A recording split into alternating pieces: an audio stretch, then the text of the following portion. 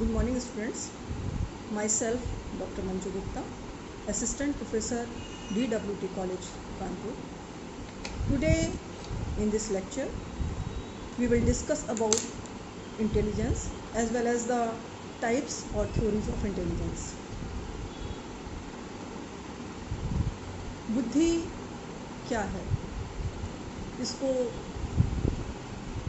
देखा नहीं जा सकता। तो मनोवैज्ञानिकों के अनुसार बुद्धि व्यक्ति की वह जन्मजात शक्ति है जो व्यक्ति में सीखने की क्षमता विकसित करती है। इसके द्वारा व्यक्ति अपने जीवन में आने वाली कठिनाइयों को दूर करके परिस्थितियों के अनुसार अपने कार्य व व्यवहार को निर्धारित करता है, साथ ही साथ अपनी परिस्थितियों व वातावरण के साथ समायोजन करता है। बुद्धि मनुष्य को विभिन्न प्रकार की योग्यताएं या क्षमताएं प्रदान करती है, जिससे कि उसके मूर्त चिंतन की दिशा निश्चित होती है। दूसरे शब्दों में बुद्धि एक ऐसी योग्यता है जो व्यक्ति को सूझ के साथ समाधान करने, सूझ या विवेक के साथ समाधान करने, नई परिस्थितियों में एडजस्टमेंट करने, तार्किक ढंग से चिंतन करने के साथ साथ पूर्व अनुभवों से लाभ उठाने में सहायता करती है। वुडवर्थ ने बुद्धि को इसी रूप में परिभाषित किया है। उनके अनुसार बुद्धि का अर्थ प्रतिभा का प्रयोग करना है। यह बौद्धिक योग्यताओं के प्रयोग द्वारा किसी स्थिति पर काबू पाने या किसी कार्य को पूरा करने की योग्यता है। Intelligence means intellect put to use. It is the use of intellectual abilities for handling a situation or accomplishing any task. कुछ अन्य मनोवैज्ञानिक बुद्धि को सीखने की योग्यता या लर्निंग एबिलिटी के रूप में ग्रहण करते हैं। इनके अनुसार बुद्धि शीघ्रता से नवीन ज्ञान को प्राप्त करने की योग्यता है, अर्थात बुद्धिमान वह व्यक्ति है जो अत्यंत शीघ्रता से नवीन बातों को आत्मसात कर लेता है। इस प्रकार से बुद्धि ज्ञान का अर्जन करने की क्षमता तथा अपने पूर्व अनुभवों से लाभ उठाने की योग्यता है। Intelligence is the capacity of acquiring knowledge as well as thinking as well as making the profitable use of past experiences. इस प्रकार हम कह सकते हैं कि बुद्धि व्यक्ति में विवेक का विकास करती है तथा उसे सही गलत, अच्छा बुरा, उचित अनुचित, नैतिक या अनैतिक कार्यों में अंतर करना सिखलाती है। तो ये तो हमारे मनोवैज्ञानिकों के अनुसार नेचर ऑफ इंटेलिजेंस है, लेकिन हमारे भारतीय दृष्टिकोण के अनुसार बुद्धि या इंटेलिजेंस 3 तत्वों पर आधारित है। वो 3 तत्व हैं। पहला है विश्लेषण, दूसरा है विचार, थिंकिंग या आइडियाज़, और तीसरा है समझदारी या अंडरस्टैंडिंग। इन तीनों के सम्मिश्रण या संयोग को ही बुद्धि के स्वरूप की संज्ञा दी जा सकती है। बौद्धिक क्षमता इन्हीं तीनों तत्वों की सार्थक उपयोगिता पर निर्भर करती है। बुद्धि के इन 3 तत्वों में पहला तत्व है विश्लेषण या एनालिसिस। तो विश्लेषण किसका करना है? विश्लेषण हमें वर्तमान परिस्थितियों तथा उपलब्ध संसाधनों का करना है। जैसे कि वर्तमान परिस्थितियाँ अनुकूल हैं या प्रतिकूल हैं। यदि अनुकूल हैं तो उनका अपनी प्रोग्रेस और अपने डेवलपमेंट के लिए बेटर यूज़ कैसे किया जा सकता है, उन परिस्थितियों में हम अधिकतम लाभ कैसे उठा सकते हैं, और यदि परिस्थितियाँ प्रतिकूल हैं तो उन परिस्थितियों से बाहर कैसे निकला जा सकता है। सामान्यतया प्रतिकूल परिस्थितियों में हमें शांत रहकर इसका सामना करना चाहिए और स्वयं को आंतरिक रूप से मजबूत बनाने का प्रयास करना चाहिए।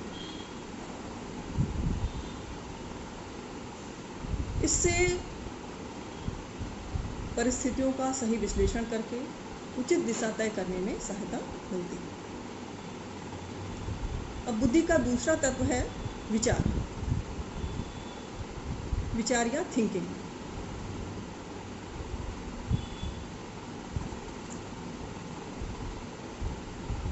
विचार हमारी कल्पनाओं को संवारने में, उनको व्यवस्थित करने में तथा उनको सही दिशा देने का काम करते हैं। हमारे मन में अनेक प्रकार की अनर्गल कल्पनाएं उठती रहती हैं जिनका कोई मतलब नहीं होता है या जिनको हम साकार रूप नहीं दे सकते। तो यदि हम अनर्गल कल्पनाओं में खोए रहेंगे तो हमारी शक्तियों का और हमारे समय का ह्रास होगा,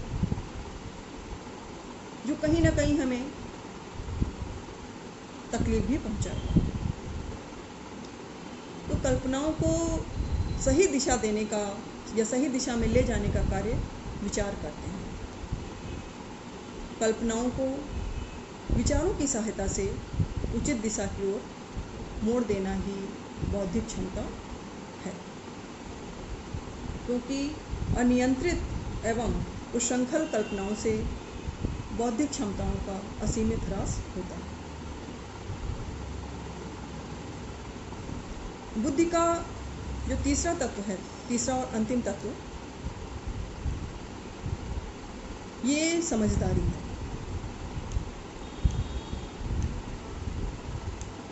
तो अपनी समझदारी से व्यक्ति औचित्य और अनौचित्य, what is justified and what is not justified, इसमें डिफरेंस करता है।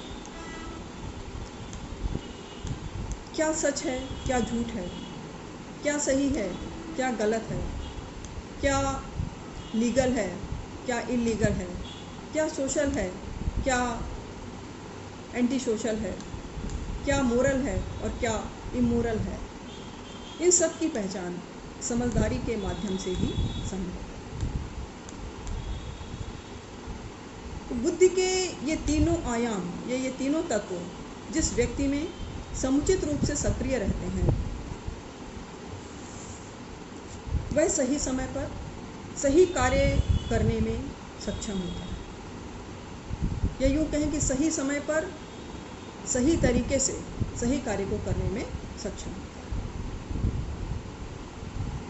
क्योंकि कोई कार्य यदि सही वक्त पर सही विधियों के द्वारा या सही तरीके से किया जाता है, तभी उस कार्य का महत्व और सार्थकता है।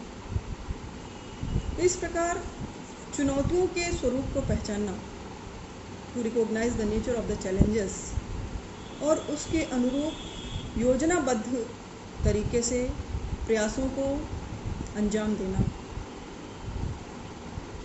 अंजाम देना ही सच्ची बुद्धिमत्ता है। इससे जटिल तथ्य व प्रक्रियाएं भी आसानी से समझ में आ जाती हैं।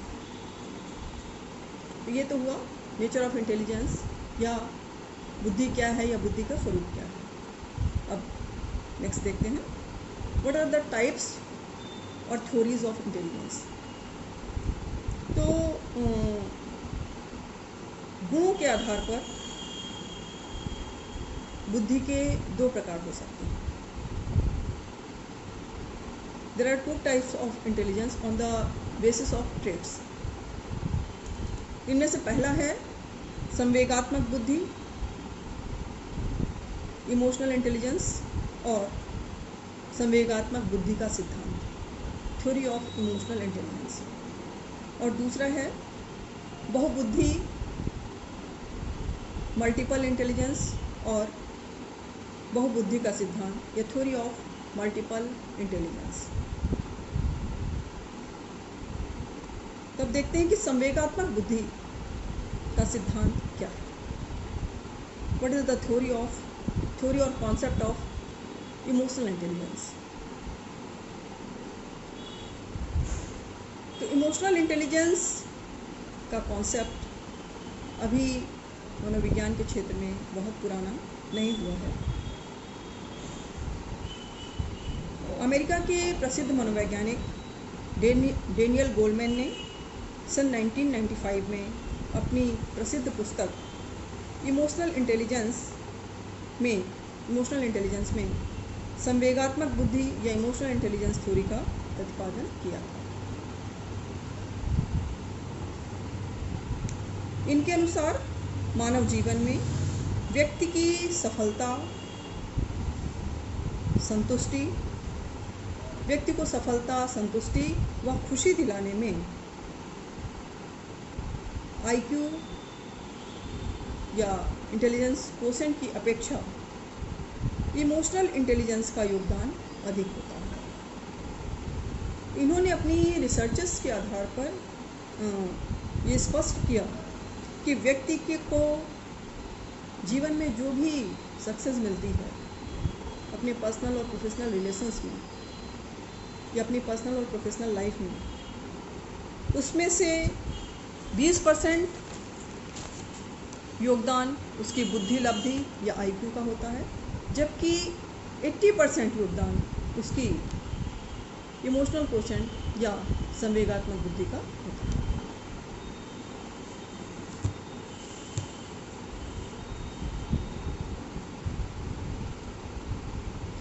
सांवेगिक बुद्धि या इमोशनल इंटेलिजेंस का कॉन्सेप्ट बहुत ही व्यापक है, जो हमें यह बताता है कि हम कितने सफल हैं, कि आज वर्तमान में हम कितने सक्सेसफुल हैं। लेकिन जब हम विचार करते हैं तो हमें ये बताता है कि हम और कितना अधिक सफल हो सकते थे और कैसे। मतलब आज हम कितने सफल हैं, लेकिन अगर हम कभी क्रोध ना करते या इमोशनली अपने रिलेशंस को डील करते, परिस्थितियों को डील करते, तो हम वास्तव में कितने अधिक सफल हो सकते थे। तो हमारी परंपरावादी मान्यता के अनुसार या हमारी ट्रेडिशनली जो हमारी थिंकिंग है, हमारे नॉर्म्स हैं, उसके अकॉर्डिंग जो है बुद्धि या बुद्धि लब्धि को ही सफलता की कसौटी माना जाता रहा है। इसके अनुसार व्यक्ति की बुद्धि लब्धि जितनी अधिक होगी, व्यक्ति अपने जीवन के विभिन्न क्षेत्रों में उतनी ही अधिक सफलता प्राप्त कर सकने की उसकी संभावना होगी। तो यहाँ पर एक प्रश्न उठता है कि क्या एक औसत बुद्धि वाला व्यक्ति, एक एवरेज आईक्यू लेवल वाला व्यक्ति, एक बहुत जीनियस या बहुत प्रतिभाशाली व्यक्ति से अधिक सफल हो सकता है? तो इसका उत्तर हाँ है। और ऐसा सामयिक बुद्धि या इमोशनल इंटेलिजेंस के कारण होता है, क्योंकि उच्च बुद्धि लब्धि या हाई आईक्यू लेवल से व्यक्ति अपने एजुकेशनल फील्ड में तो अच्छा स्कोर कर सकता है, बहुत सक्सेस गेन कर सकता है, टॉपर हो सकता है, किंतु जीवन के विभिन्न क्षेत्रों में व्यवहारिक सफलता व संतुष्टि दिलाने में सामयिक बुद्धि या इमोशनल इंटेलिजेंस की भूमिका बहुत महत्वपूर्ण होती है।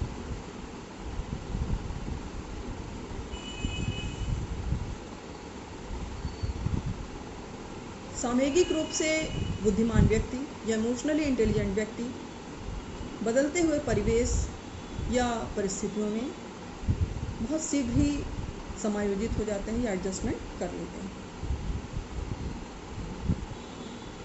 क्योंकि वे तथ्यों या सिद्धांतों के साथ साथ मानवीय भावनाओं या यूँ कहिए कि व्यवहारिकता से अधिक काम लेते हैं। इस प्रकार जो लोग अपनी बात को प्रभावी रूप में दूसरों तक पहुंचाने की कुशलता रखते हैं और उसके साथ साथ उनमें संवेगात्मक स्थिरता या इमोशनल स्टेबिलिटी होती है, अर्थात जिनको असमय और अनावश्यक क्रोध नहीं आता, हर परिस्थिति में कूल रहते हैं और जब कूल रहते हैं तो एक सही डिसीजन ले पाते हैं, जो हर परिस्थिति में अपनी इमोशंस को कंट्रोल करने में सक्षम होते हैं, वे अपने जीवन में अधिक सफल होते हैं।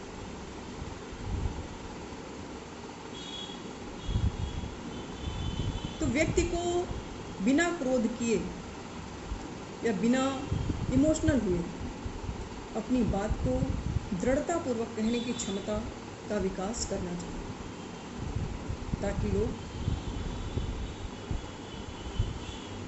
उसकी बात को न केवल सुने वरन उस पर गंभीरतापूर्वक विचार करें और तब अपना निर्णय दें। इस प्रकार हम कह सकते हैं कि व्यक्तिगत अर्थात पर्सनल और व्यावसायिक अर्थात प्रोफेशनल जीवन में सफल होने के लिए उच्च बुद्धिलब्धि ही पर्याप्त नहीं है। Only high IQ is not sufficient. अगर हमें जीवन के हर क्षेत्र में सफलता प्राप्त करनी है, सक्सेसफुल होना है, तो हमें हाई IQ के साथ साथ इमोशनल इंटेलिजेंट की भी आवश्यकता होगी। हमें अपनी भावनाओं पर नियंत्रण रखते हुए परिस्थिति को समझकर डिसीजन लेना होगा और अपनी बात कहनी होगी बिना क्रोध किए, और तभी हम जीवन के विभिन्न क्षेत्रों में सफलता प्राप्त कर सकते हैं। क्योंकि उच्च बुद्धिलब्धि या हाई IQ व्यक्ति को किसी भी प्रोफेशन में प्रवेश तो दिला सकती है, उसको इंटरव्यू तो उसका क्लियर करा सकती है, बट जब कार्य क्षेत्र से संबंधित जटिलताओं को हल करने में या लोगों से संबंध बनाने में, लोगों से अपना काम निकलवाने में सामवेगिक बुद्धि की भूमिका अधिक महत्वपूर्ण होती है। और यही कारण है कि आज बड़ी बड़ी कंपनियां अपने इंटरव्यूज़ में IQ के साथ साथ इमोशनल इंटेलिजेंस को बहुत अधिक महत्व दे रहे हैं। अब नेक्स्ट है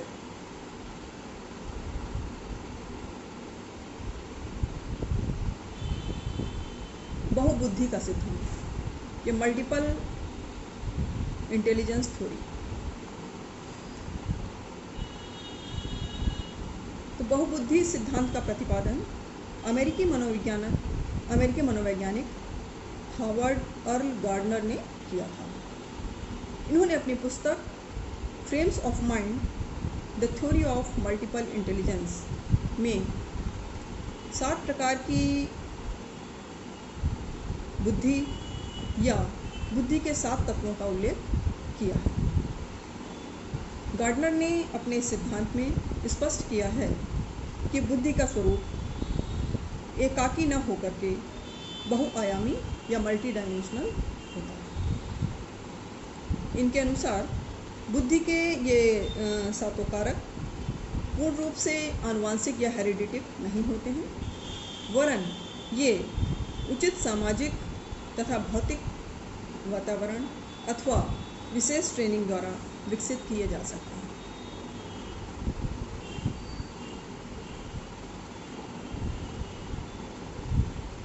गार्डनर ने अपने बहुबुद्धि के सिद्धांत में 7 प्रकार की बुद्धि का या 7 प्रकार की प्रतिभाओं का उल्लेख किया है, जिनमें से पहला है भाषा संबंधी बुद्धि या लिंग्विस्टिक इंटेलिजेंस।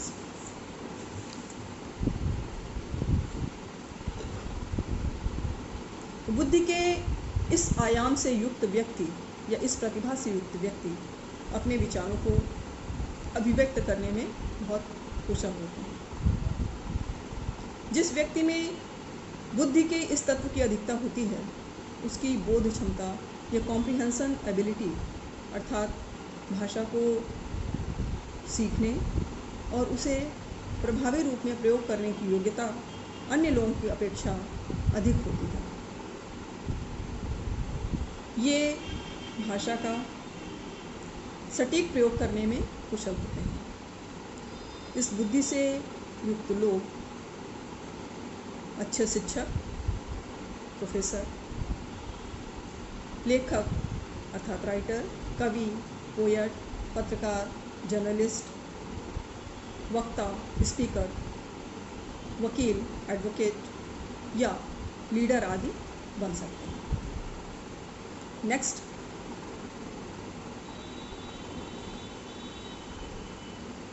तत्व है तार्किक गणितीय बुद्धि या लॉजिकल मैथमेटिकल इंटेलिजेंस।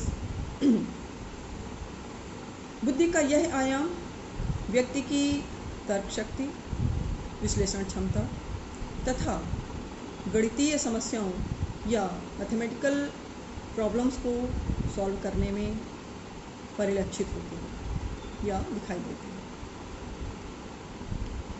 इस बुद्धि से या इस प्रतिभा से युक्त व्यक्ति न्यूमेरिकल सीरीज आदि को बहुत ही इजीली सॉल्व कर लेते हैं।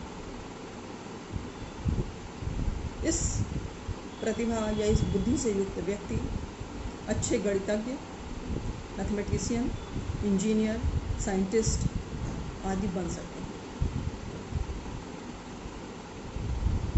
नेक्स्ट है शारीरिक गतिक बुद्धि, ये body kinaesthetic intelligence.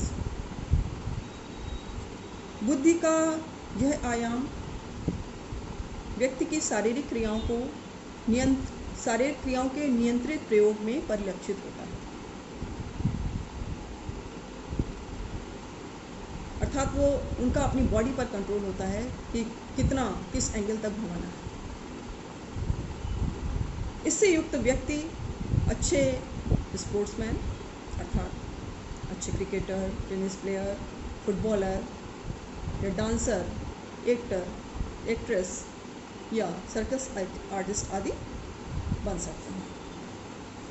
Next number 4, स्थानिक बुद्धि या स्पेशियल इंटेलिजेंस।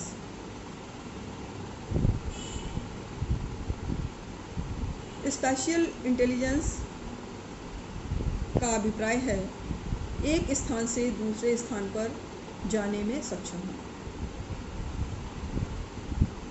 तो बुद्धि का यह आयाम या बुद्धि की यह प्रतिभा दृश्य जगत को सही ढंग से देखने की क्षमता से संबंधित है। यह हमारी स्थानिक समस्याओं, चाहे वे वास्तविक हों या काल्पनिक, उनको हल करने से संबंधित है। बुद्धि के इस आयाम से युक्त लोग छवियों और तस्वीरों अर्थात इमेजेस और पिक्चर्स के बारे में सोचते हैं, उनकी कल्पना करते हैं तथा उनको डिज़ाइन आदि करते हैं।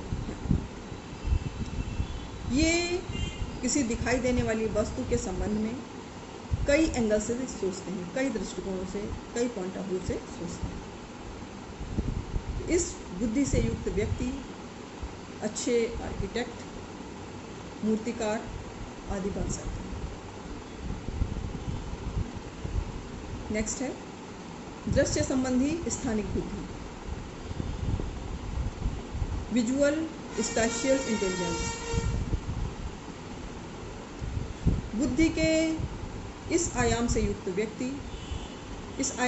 व्यक्तियों की रुचि विशेष रूप से पहेलियाँ बनाने, नक्शे चार्ट आदि से संबंधित चित्रों एवं ग्राफों आदि को समझने में होती है।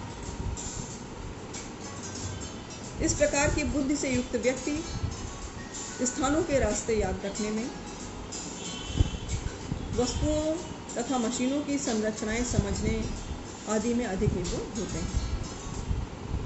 ये अच्छे शिल्पकार, architect, interior designers, mechanics, engineer आदि बन सकते हैं।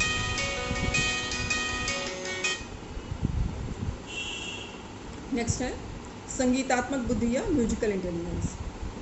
इस प्रकार की बुद्धि संगीत से संबंधित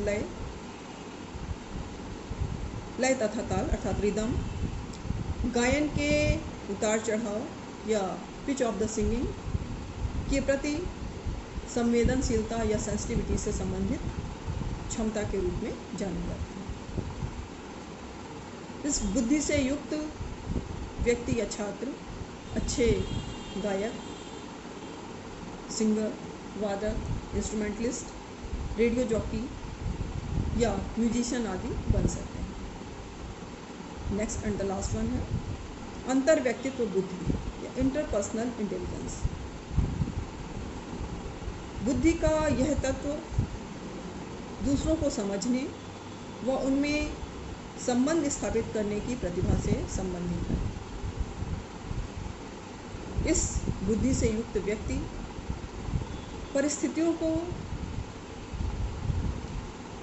परिस्थितियों या बातों को या तथ्यों को अन्य लोगों के नज़रिए से देखते हैं कि वे क्या सोच रहे हैं, कैसा महसूस कर रहे हैं।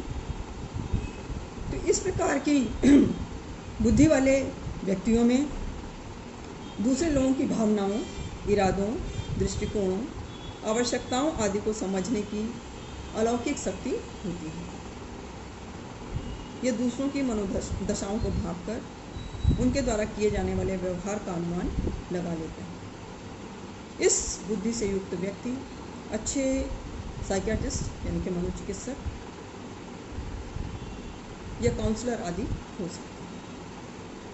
तो ये आपका बुद्धि और गुणों के आधार पर बुद्धि के प्रकार या गुणों के आधार पर बुद्धि के सिद्धांत टॉपिक कंप्लीट हो गया है। Thank you.